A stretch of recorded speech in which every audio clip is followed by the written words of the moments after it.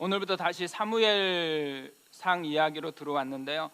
오늘은 자녀를 하나님의 사람으로 키우기 위해, 자녀를 하나님의 사람으로 키우기 위해라는 제목으로 하나님의 말씀을 살펴보겠습니다. 모든 부모가 품고 있는 한 가지 강한 열망이 있습니다. 우리 아이만큼은 최고로 키우고 싶다라는 열망입니다. 모든 부모들은 자신이 완벽한 부모가 되는 것은 꿈꾸지 않지만 완벽한 자녀 양육에 대해서는 항상 꿈을 꾸고 있습니다.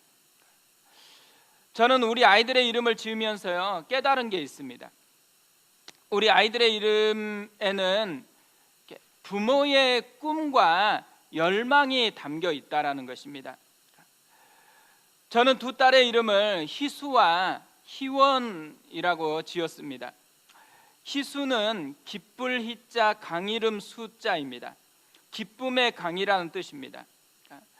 에스겔서에 나오는 생명의 강이 되라는 그런 꿈을 담았습니다.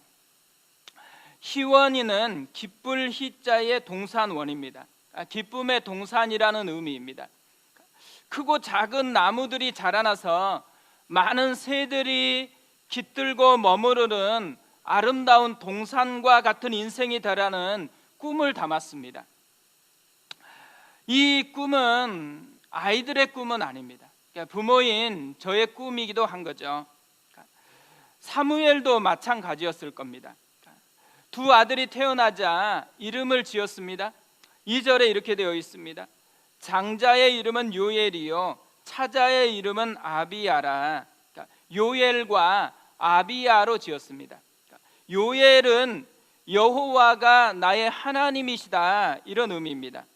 아비야는 여호와가 나의 아버지다라는 의미입니다. 이 둘을 보면 한 가지 특징이 있죠. 둘 다 하나님이 들어가 있다라는 것입니다. 부모인 사무엘의 열망이 뭐였겠어요? 아이들을 세상에서 성공한 사람이 아니라 그것을 넘어서서 하나님의 사람으로 세우고 싶다라는 것이죠. 우리도 이런 마음을 품었으면 좋겠어요. 우리가 아이들을 자꾸 세상에서 성공하려고만 키우는데 실제로 우리가 정말 마음을, 관심을 가져야 될 영역은 진짜 하나님께 쓰임받는 그런 아이가 되도록 하는 것입니다. 이런 열망이, 그리고 또 이런 부모의 꿈이 그대로 현실이 되어지면 얼마나 좋을까요? 하지만 그렇지 못할 때가 참 많이 있습니다.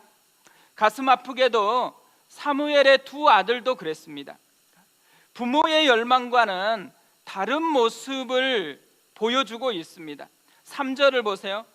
그의 아들들이 자기 아버지의 행위를 따르지 아니하고 이익을 따라 뇌물을 받고 판결을 굽게 하니라. 이 두 아들이 보여준 것, 하나님의 사람됨이 아니고 세상에 타락한 지도자의 모습입니다. 정말 이름값을 하지 못하고 있는 것이죠. 저는 오늘 이야기를 이렇게 묵상하다가요, 내비게이션이 참 많이 생각이 났습니다. 잘못된 길로 들어서기만 하면 친절한 아가씨가 차분하게 이야기를 합니다. 화도 안 내요. 계속해서 차분하게 얘기를 해줍니다. 길을 벗어났으니까, 잘못된 길로 갔으니까 바른 길로 가라는 것이죠. 오늘 말씀은 사무엘 가정의 허물을 들춰내려고 하는 게 아니에요. 우리에게 이 길은 잘못된 길이니까 바른 길로 가라는 내비게이션의 역할을 한다라는 거죠. 사무엘이 누구예요? 오늘 말씀 방금 전까지만 해도요, 적어도 사무엘을 세 가지 모습으로 이야기를 합니다. 첫 번째로는 말씀이 없었던 시대에 하나님의 말씀을 듣고 말씀의 시대를 연 하나님의 선지자였습니다. 또 미스바의 대부흥을 통해서 백성들을 영적인 어둠에서 하나님의 빛으로 나오게 만든 영적인 지도자였습니다. 그뿐 아니죠. 블레셋과의 전쟁에서 이겼습니다. 그러니까 폐잔병처럼 살아가던 이스라엘 백성에게 에벤에셀이라는 특별한 흔적을 선물한 정치적인 역량이 있는 지도자였습니다. 그러니까 어떻게 보면 엘리야하고는 비교할 수 없는 그런 하나님의 사람이었습니다. 그런데 엘리의 가정의 이야기가 아니고 지금 사무엘의 가정의 이야기예요. 이 사무엘의 가정에 왜 이런 일이 일어나게 되었을까요?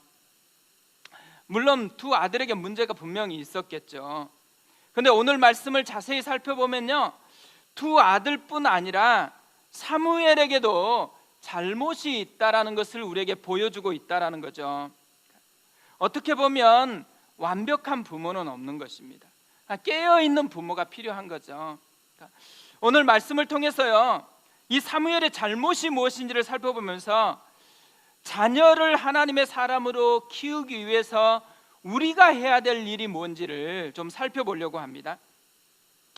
자녀를 하나님의 사람으로 키우기 위해서 우리가 해야 될 첫 번째 일은요, 함께하는 시간이 중요하다라는 것을 깨닫는 거죠. 함께하는 시간은 자녀가 부모의 영향을 받을 수 있는 실제적인 기회가 되어집니다. 혼자 잘 자라나는 사람은 아무도 없어요. 다 누군가의 영향을 받고 자라나는 것이죠. 저도 그랬던 것 같아요. 내 삶의 이유라는 찬양이 있습니다. 예수는 내 힘이요 내 기쁨 내 참 소망 그 이름의 생명이 내 삶의 이유라, 이렇게 시작되는 찬양이거든요. 제가 이 찬양을 처음으로 만난 것은 유튜브 영상에서 만났습니다. 찬양을 검색하다가 보니까요, 김중훈 목사님의 이 사진이 보여지는 겁니다. 사진을 준비했는데요, 이 사진에 끌려서요, 찬양 영상을 보는데 계속해서 제가 아는 사진들이 나오는 것입니다. 그러면서 제 인생에 도전을 주었던, 제 인생에 깊은 영향을 끼쳤던 한 분 한 분 생각이 났습니다. 김중곤 목사님, 또 CCC의 많은 간사님들, 또 많은 순장님들, 이분들이요, 예수는 내 힘이요 나의 기쁨 내 참 소망 그 이름의 생명이 내 삶의 이유라, 이 가사를 그대로 저에게 보여주었습니다. 저는 오늘 말씀을 준비하다가요, 다시 깨달은 게 있어요. 제가 혼자 성경 보고 주님을 따른 사람이 된 게 아니었다라는 거예요. 제 앞에서 보여주었던 많은 분들의 영향을 받고 주님을 따르기로 헌신한 사람이었다는 거죠. 어떻게 보면요, 영향을 받을 기회를 가지는 것은 정말 중요하다라는 거죠. 근데 누구에게 가장 많은 영향을 받겠어요? 가까이 있어서 볼 수 있는 사람인 것이죠. 오늘 3절을 다시 보세요. 그의 아들들이 자기 아버지의 행위를 따르지 아니하고 이익을 따라 뇌물을 받고 판결을 굽게 하니라. 정말 가슴 아픈 표현은 이거예요. 자기 아버지의 행위를 따르지 아니하고, 우리 같으면 아빠니까 가까이 있었을 것 같잖아요. 그런 가까이 있었을 것 같은 아버지의 행위를 따르지 아니했다라고 얘기합니다. 원어대로 하면요, 자기 아버지의 길을 걷지 아니하고입니다. 사실 좋지 못한 영향을 끼치는 부모다 그러면 가까이 하지 않는 게 좋습니다. 그 길을 따르지 않는 것이 더 나을 거예요. 근데 지금 이 두 아들의 아빠가 누구예요? 사무엘입니다. 사무엘. 영적인 그런 놀라운 리더십을 보여주는 사무엘인데 그 아버지의 길을 따르지 않았다라는 거예요. 왜 이런 일이 발생했을까요? 당연하게 1차적으로는 이 아들들에게 문제가 있기 때문에 그런 거죠. 아들들에게 분명히 책임이 있을 거예요.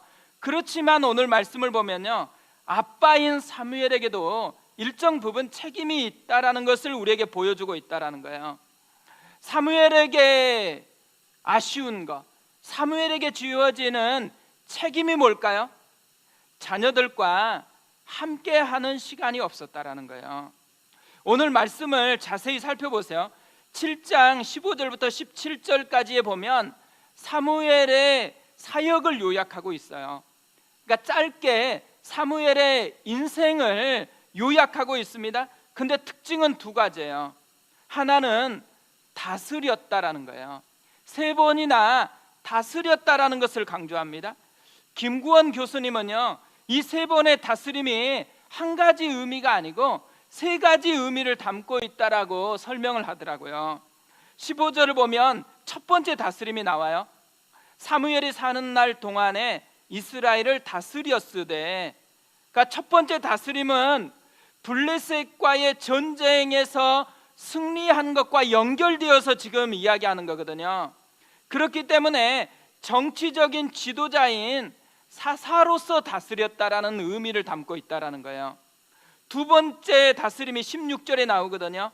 해마다 베델과 길갈과 미스바로 순회하여 그 모든 곳에서 이스라엘을 다스렸고, 여기 나오는 다스림은 지역을 순회하면서 말씀과 기도로 목회 사역을 하고 있는 다스림이라는 거예요. 그래서 선지자적 다스림이다라고 이야기를 합니다. 그리고 세 번째 마지막 다스림이 17절에 나옵니다. 라마로 돌아왔으니 이는 거기에 자기 집이 있음이니라. 거기서도 이스라엘을 다스렸으며 또 거기에 여호와를 위하여 제단을 쌓았더라.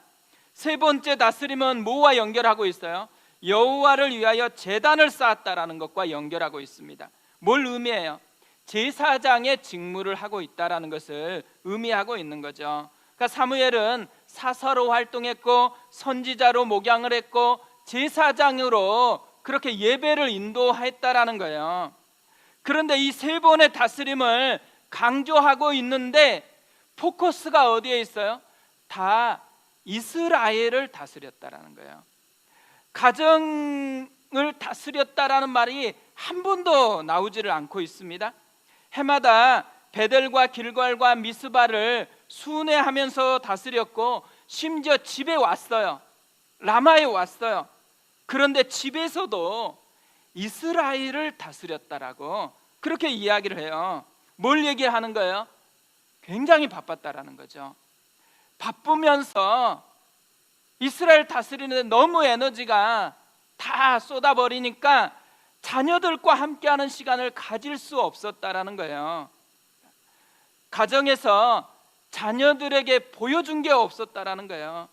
그러니까 아이들이 그냥 아버지의 길을 따르지 않았다라는 게 아니고 본 게 없었다라는 거예요. 남들은 다 아버지가 존경스러운 아버지라고 얘기하지만 아들들은 정작 아버지가 어떤 면이 존경스러운 부분인지 본 게 없었기 때문에 아빠의 길을 걷지 못했다라는 이야기를 하고 있다라는 거죠. 저는 이 모습을 보면서 두 가지가 생각이 났어요. 하나는 존경받는 한 법관과 그 아들의 이야기입니다. 미국에 모두가 존경하는 법관이 있었고요. 그리고 매번 사고치고 감옥을 들락날락하는 망나니 아들이 있었습니다. 한 번은 또 사고를 치고 재판을 받게 된 거예요. 판사가 너무 안타까워 가지고 이렇게 물었습니다. 아빠는 모든 사람이 존경하는 법관인데 그 아들인 네가 왜 이렇게 망가졌냐? 도대체 이유가 뭐냐? 아들이 이렇게 답을 했습니다. 어려서 아빠가 너무 보고 싶어서 서재에 갔어요. 아빠 하고 불렀습니다. 아빠는 거들떠보지도 않고 서류만 보면서 아빠 바쁘니까 나가라 이렇게 얘기했다라는 거예요. 그러면서 이렇게 얘기했습니다. 저는 훌륭한 법관이 필요한 게 아니라 아빠가 필요했어요. 저는 훌륭한 법관이 필요한 게 아니라 아빠가 필요했어요. 저는 돈 많이 벌어다 주는 아빠가 필요한 게 아니고 지금 함께 해주는 아빠가 필요했어요. 또 하나는요, 제가 보았던 글들이에요. 스펄전이나 많은 믿음의 선배들이요 이런 글을 남겼어요. 어려서 자기 가정에 있었던 모임에서 이런저런 이야기를 나누는 것을 보고 많은 영향을 받았다라는 거예요. 부흥의 시대에 보면요, 가정에서 모여가지고 하나님에 대한 이야기를 많이 나누었다라는 거예요. 하나님에 대해서 토론하고 말씀을 나누고 또 예배하는 그런 모임이 가정에서 있었다라는 거예요. 어떻게 보면 우리의 다락방과 같은 게 가정에서 이루어지고 있었다라는 거예요. 그런데 우리 다락방은 주로 아이들은 저 멀리 보내고 하잖아요.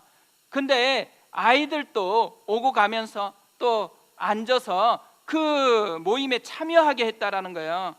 그러면서 이 사람이 이야기하는 하나님에 대해서 또 이 사람이 이야기하는 하나님에 대해서 들었던 그것이 자기 인생을 깨우는, 자기 인생을 하나님 앞에 나가게 하는 굉장히 중요한 통로가 되었다라는 것을 이야기를 하고 있습니다. 우리는 지금 어떻게 살아가고 있을까요? 우리도 아이들이 정말 하나님의 사람으로 자라나기를 원하는 마음은 똑같이 있어요. 그런데 우리는 그 원함이 그대로 이루어질 수 있도록 재료를 풍성하게 제공하고 있을까요? 우리도 대부분 바쁘게 일상을 살아가요. 바쁘다 보면 피곤해져요. 피곤하다 보면 자꾸만 아이들과 함께하는 것이 점점 멀어질 때가 참 많이 있다라는 거죠. 근데 아이들에게 정말 필요한 것은요, 돈이 아니고 바쁨이 아니고 함께함이라는 거예요. 아이들은 함께하는 시간을 먹고 자라난다라는 거죠. 지금은 코로나 때문에 반대가 됐습니다. 이제 집에서 있는 시간이 되게 많아졌어요. 그러다 보니까 문제는 아이들과 함께하는 것이 건강한 영향력이 아니고 아주 또 피곤한 갈등 관계가 이루어지는 현상이 생겨버렸어요. 어떻게 보면 시간에 뭘 남겨줘야 되는지에 대한 여백이 없기 때문에 자꾸만 자기중심적으로 생각하니까 있을 시간이 있는데 기회가 찾아왔는데도 그 기회를 선용하지 못하고 있다라는 것이죠. 그리고 대부분은요, 신앙과 삶이 단절되고 있어요. 신앙과 교육이 단절되고 있다라는 거예요. 그래서 어떻게 보면 함께하는 시간을 가지면서도 신앙의 영향력은 거의 드러나지 않는 그런 모습이 한국 교회 가정의 모습이 되어가고 있다라는 거죠. 대부분 부모들이요, 혼자 기도해요. 아이들에게는 공부하라 그래요. 아이들과 함께 기도하자고 그렇게 잘 이야기하지 않습니다. 말씀도 혼자 봐요. 혼자 통독하고, 아이들은 통독하지 않아도 뭐 그렇게 스트레스 받지 않습니다.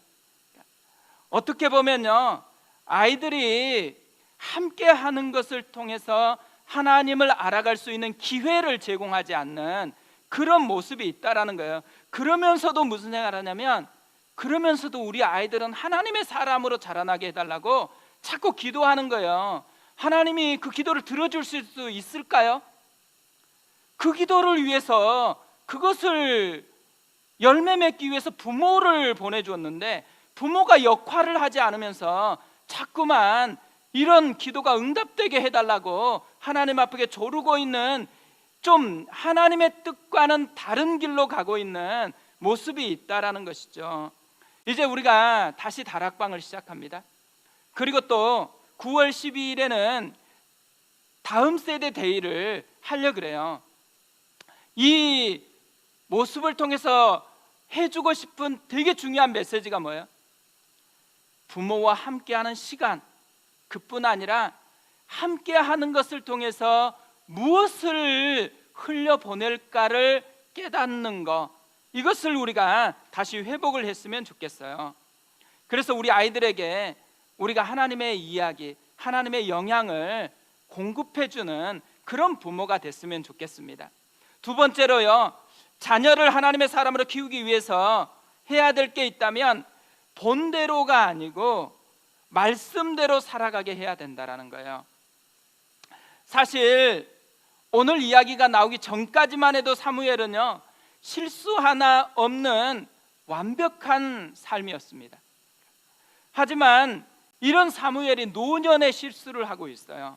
1절에 이렇게 돼 있잖아요. 사무엘이 늙음에 그의 아들들을 이스라엘 사사로 삼으니, 그러니까 사사직을 세습을 시켰습니다. 원래 사사는요, 세습하는 게 아니에요. 하나님의 영을 경험한 사람, 또 하나님이 직접 친히 택하신 사람이 사사가 됐어요. 근데 사람이 세우는 게 아닌 하나님이 세우는 이 일을 사무엘이 그냥 치루어 버렸다라는 거예요. 그렇다고 두 아들에게 하나님의 영이 임하였거나 또 하나님이 그들을 불렀다라는 흔적이 하나도 나오지 않아요. 그런데 사사로 삼아 버렸습니다. 사무엘이 왜 이런 실수를 했을까요? 하나는 늙음에 있고요, 또 하나는 뭐예요? 본대로. 그가 지금 본 게 어디 있어요?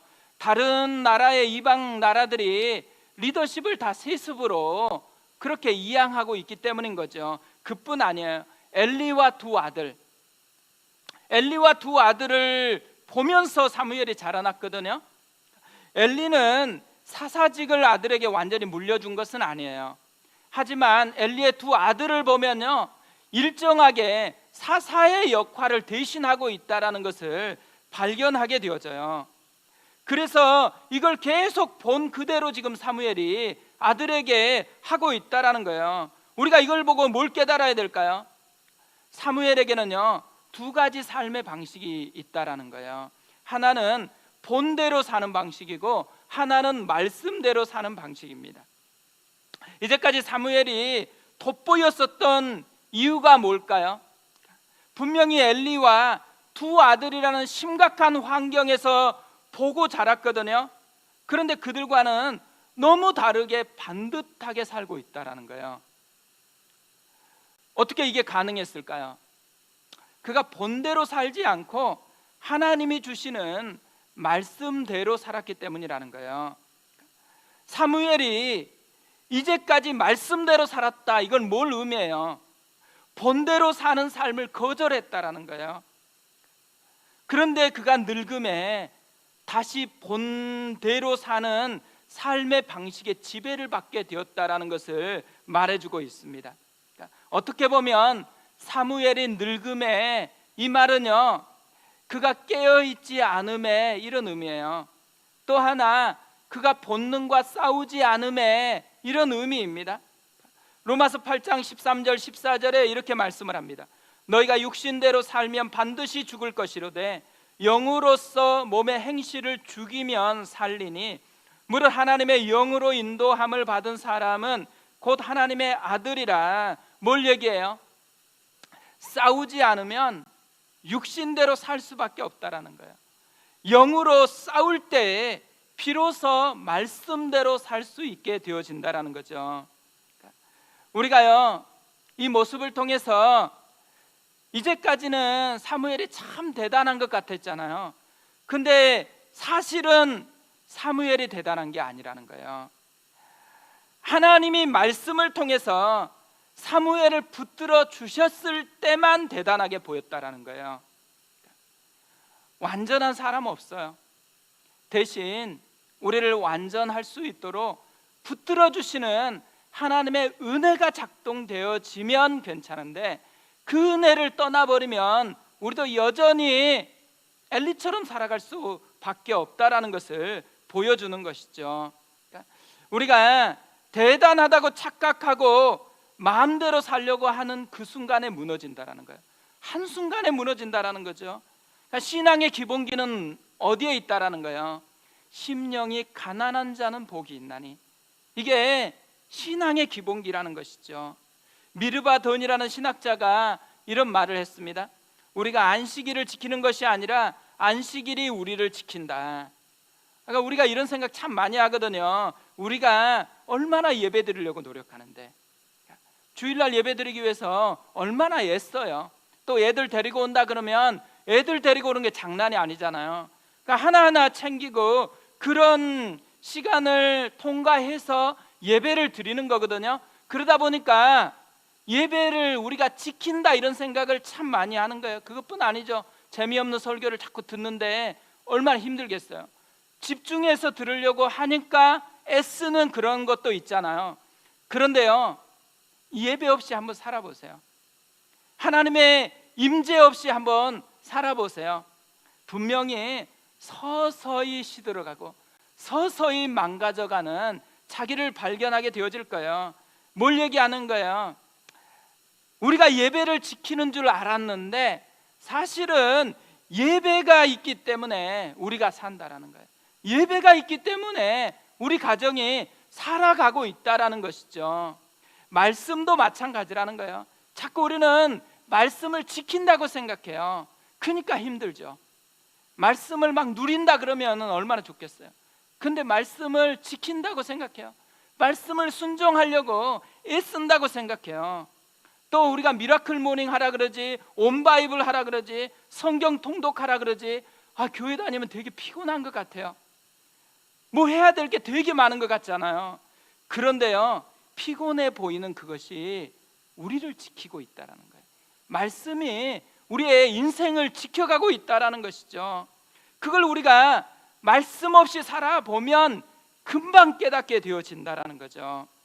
말씀대로 살지 않으면요, 본대로 살아갑니다. 말씀대로 살지 않으면요, 내 욕망대로 살아버립니다. 그래서 그걸 먹고 망한다라는 거예요. 그런데 본대로가 아니고 말씀대로 살아갈 때 우리의 삶에 건강한 열매가 맺혀진다라는 거죠. 우리가 아이들에게 물려줄 것은요, 신앙의 결과가 아니에요. 사실 싸우는 과정을 물려줘야 됩니다. 아이들도 싸움을 멈추는 순간 무너져 버린다라는 것을 우리의 삶을 통해서 보고 배워야 한다라는 것이죠.